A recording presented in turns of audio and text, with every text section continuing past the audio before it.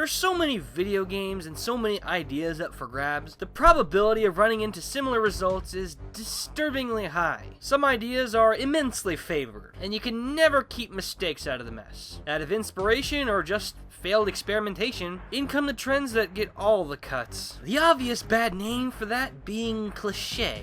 A lot of others have already expressed hatred for their own worst. Time to throw the headgear in the ring, I suppose. Out of respect, my choices are almost entirely disjointed from theirs. So chances are, gonna find something new to spin on. It could be design elements, recurring mistakes, or something that was meant to work on paper, but never did. Anything is up for slaughter. Let's ride. You know what I fucking hate? Being told to shut up. Actually, I'm pretty sure nobody likes that. Especially when you're having some particularly engaging alone time with your game.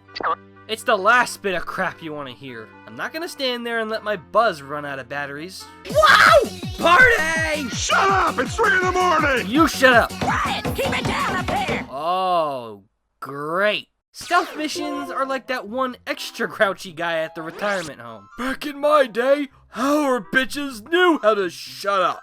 Look, I came here to visit you. I would assume it's appreciated, but no, okay. Love you too. Pace, the tempo at which events play out, can perform swell enough to buy us all some bitchin' salsa, or make a slop out of itself. So, when your game throws in these tall glasses of shut the fuck up, chances are your chips are gonna taste as good as packing peanuts. Escort missions may be as fun as marathoning Shepherd's Chapel while kissing a bear trap, but be thankful they still retain familiar semblance. It's not like they're deliberately forcing you to adjust to half the normal pace, meanwhile sneaking past enemies you damn well know you can just massacre. Oh, but violence isn't the only answer. Aw, damn, that didn't work. Maybe I should have snuck past him. I'm not buying it, honey, cause nothing screams fun like filling in for Burger King. Also, what is it with these segments and making stupid enemies even stupider? Not only does it seem like they're completely deaf, my bullshit sensors are detecting an unrealistic lack of peripheral vision. How can you not see me? Fuck. Oh, pardon me. Fuck. When it comes to weapons in video games, it seems whatever shade of gray made me run out of the theater was also sucked out of our killing toys. The punchline is, your weapon's either gonna suck or overwhelm. In other words, we got the useless and overpowered weapons. This Gen 5 filter is a problem for many reasons. If a weapon's strength is that of a baby's flick, then it's gonna be seen as useless or shitty, resulting in its own detriment, killing any sense of varied viability. Same goes for the weapons or fighters that seem way too powerful in comparison. Generally, because of the crazy rep, you're gonna find far more people using those for optimal performance, which stirs up controversy in the player base, or even stagnates the experience for some beyond what was intended. Whether community-driven or offline campaign, it's a salt factory. Thankfully, games complex enough to have an active metagame don't usually have this problem. Thank Christ. It's not as big a deal there, but it kind of wears on you to see the same characters used over and over due to their tier placements. Recycle a joke if it makes you feel better. Nobody gives a shit. But in something more simplistic is where the problem pokes out for me. 9 times out of 10, you're gonna come across an obvious best and an obvious worst. Take a guess how the rest plays out. Nobody's gonna use the stupid ice flower when the penguin suit is a straight upgrade. Steve's gonna have to stay home because the purple Pikmin ate way too much broken. And nobody races better than the clock. TT makes you TT. Even when the stronger weapons or characters are still fun to use, I don't like them playing the game for me, or making the other options look like shit. You just feel dirty. Such a case of Contra Spreader, Mega Man's Metal Blades, Buck Bumble's EMP cannons, the Golden Gun, fucking Mega Rayquaza, and thousands of other examples. You're wobbling. Try to keep your balance. Side characters have it rough. I mean, even if the story wants to say, you're just a normie, making them playable kinda fuck that. If they're at the ass of our button input, that makes them the main character. It is a gift. So obviously the ones you don't play as kinda matter less, except villains. If they can't choke a bitch, win over the patrons with their face, or just being there to say, thanks for playing our awesome game. Where's my check? What are the others left to do? Nothing at all. Worthless NPCs are kinda like that one guy you know that just makes everything worse. Look, I'm sure you're a nice guy. You bought a nice Prius, not gonna say go die, but fuck! Can you kindly take a week-long nap in the world of nothing? You are worthless! I think we've all ran into this before. There's a character or multiple characters in the game that feel like they were intentionally made to be trouble. Whether they ask for stupid shit they're too lazy to do themselves, waste your time with dialogue that's boring or hardly useful, or just exist to be the countrywide potholes on your road to fulfillment. You taste my drift. I know NPCs are there for an additional sense of character or immersion. That would be fine, but at least make them worth my time. Have them be funny, a fleshed out figure, or better yet, keep their shit out of my business. Though, who am I to bitch? It's a part of gaming culture, pretty much. And yeah, an ant-sized part of me would hate to see it go. But the other 99% kinda wants owls extinct. Games like Majora's Mask and the Star Fox series make me appreciate their use of NPCs. But games like Conquer, X5, and Animal Crossing kinda wanna make me snuggle a Rancor. You know what? Yeah, sounds good to me.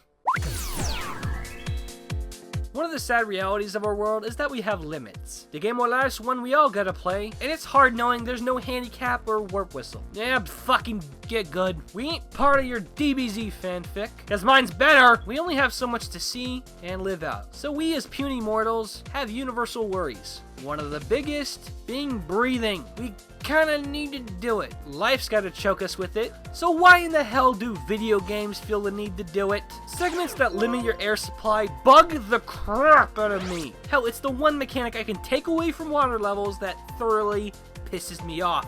Having to breathe means that you only have so much freedom while going through these portions. Oh, this level's so pretty. You're about to die. Aw. Yeah, it's quite the disappointment. It's stressful too. Water levels are already about as beloved as finding crawdonts nipping at your jimmies, but slipping something in that thoroughly makes the player dread even stepping in there is like discontinuing the repellent. So, okay, give me a moment to understand.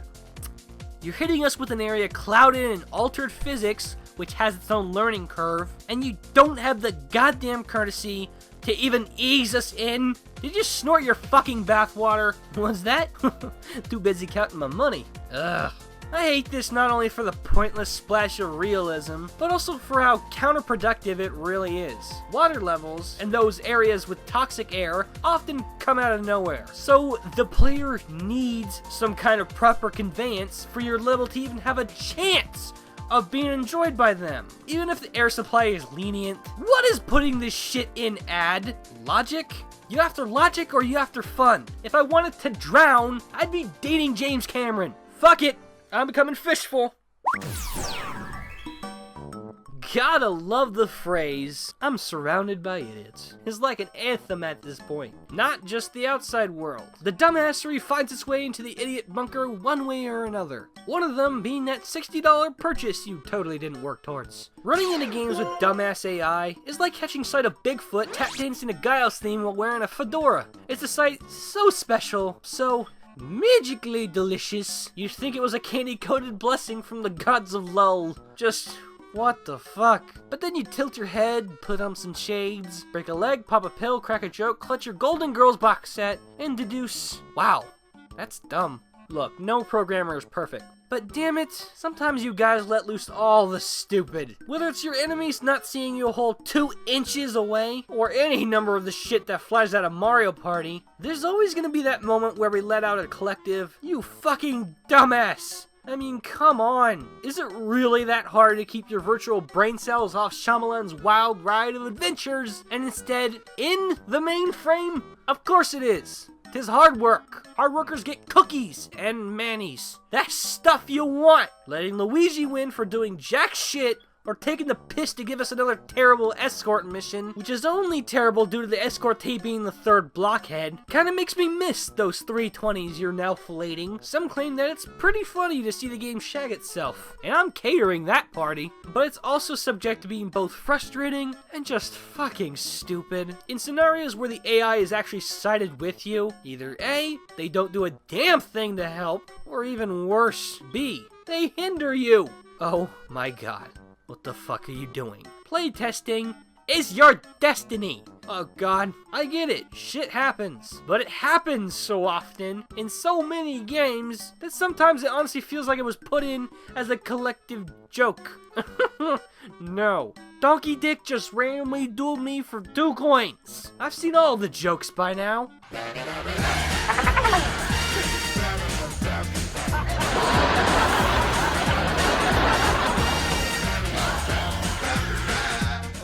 God damn it.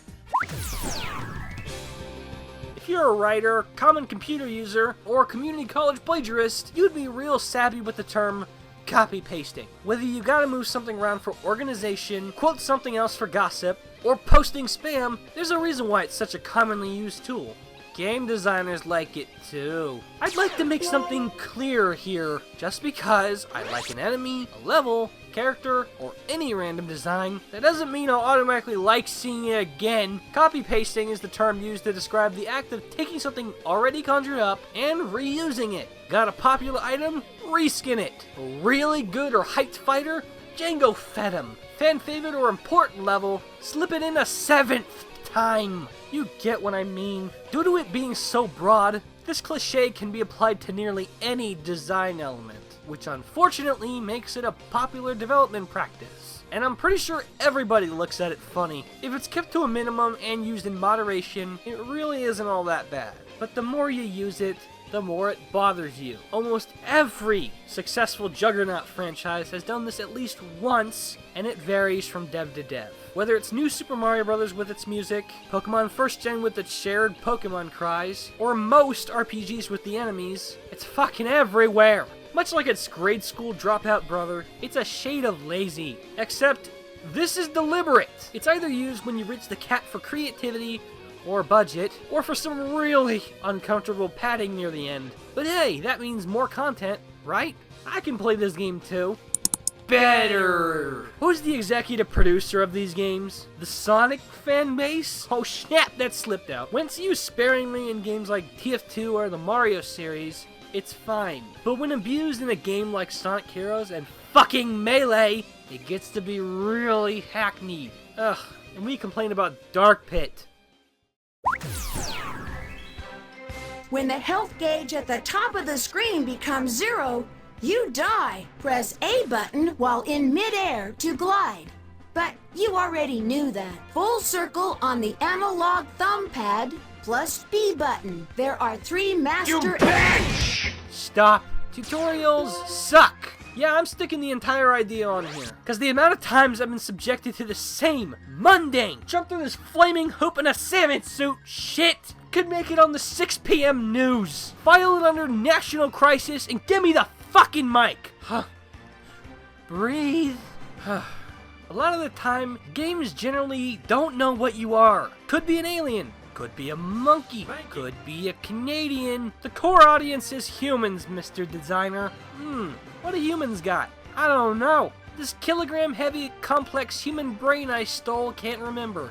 Oh fuck, this thing's worthless. Look, I'm serious. Stop spoon-feeding. Sure, yes, it's important for a player to understand the ins and outs. But all our life is about learning. If you take away that sense of self-adaptation, most of us are gonna feel disrespect. What if kids are playing our game? Shouldn't be any different. In fact, they need it less. What, you're gonna call them stupid? Wrong-o. You learn by doing, not by hearing a lecture on it. And if you're going to have it there just in case the player wants it told to them, keep it in a fucking training mode. Consumers are the reason you keep that house. Respect them. I need your super guide as much as I need herpes. Even games as amazing as Dream Team aren't free from it. Guys, knock it off. You should know this is stupid. Unless you're my lover, hands off. Okay, thanks, bye.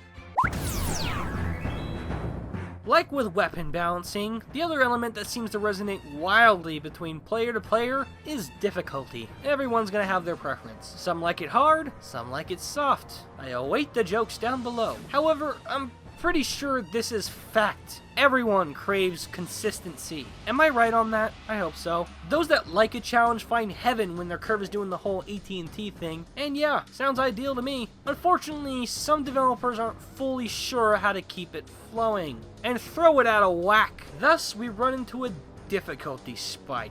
My top 10 killjoys kind of made this clear, but when an event that isn't the final challenge sticks out so far that it's remembered more than what's supposed to give us closure, you have a serious problem. This is yesterday's lesson, but hell is a journey for the end. It's the last thing we ever see in our game. It really should be the hardest, but when it surfaces too early, blood will be lost. Not only do these spikes and challenge overwhelm us in contrast to everything else, it frustrates the fuck out of us. If you've designed something that challenging, why don't you make it the final level? What's the point of placing it here? What, you figure this'll toughen us up? Oh yes, keep calm and wake up Hulk. Look ma, a pioneer! No. Frankly, it's sloppy. If a hard level is put in just for the sake of having a hard level in there somewhere, you may be doing something wrong. Is it because of a hiccup? Or is it intentional? Maybe they slipped these in for the sake of notoriety. Yeah, they'll remember us for that. I won't need my high school diploma anymore. Not healthy. Tell Mr. Minion if this sounds familiar. Oh yes, I just got a brilliant idea. It can run away?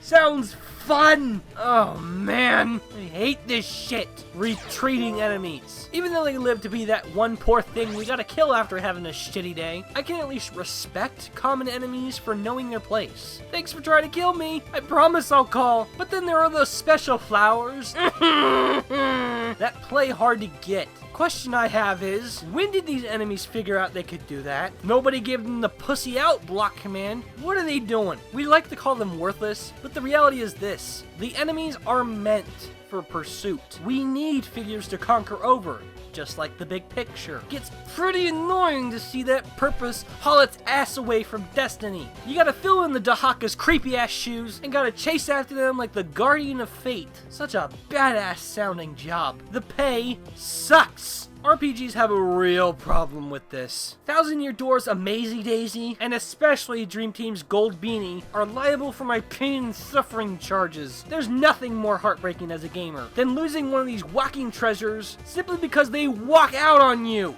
Wait. Oh, that fucking music! Fuck you, roaming Pokemon. Fuck you! Thinking you're gonna book it? Now! You will get your hoe ass back here, or Arceus help your face! I will talk about my feelings!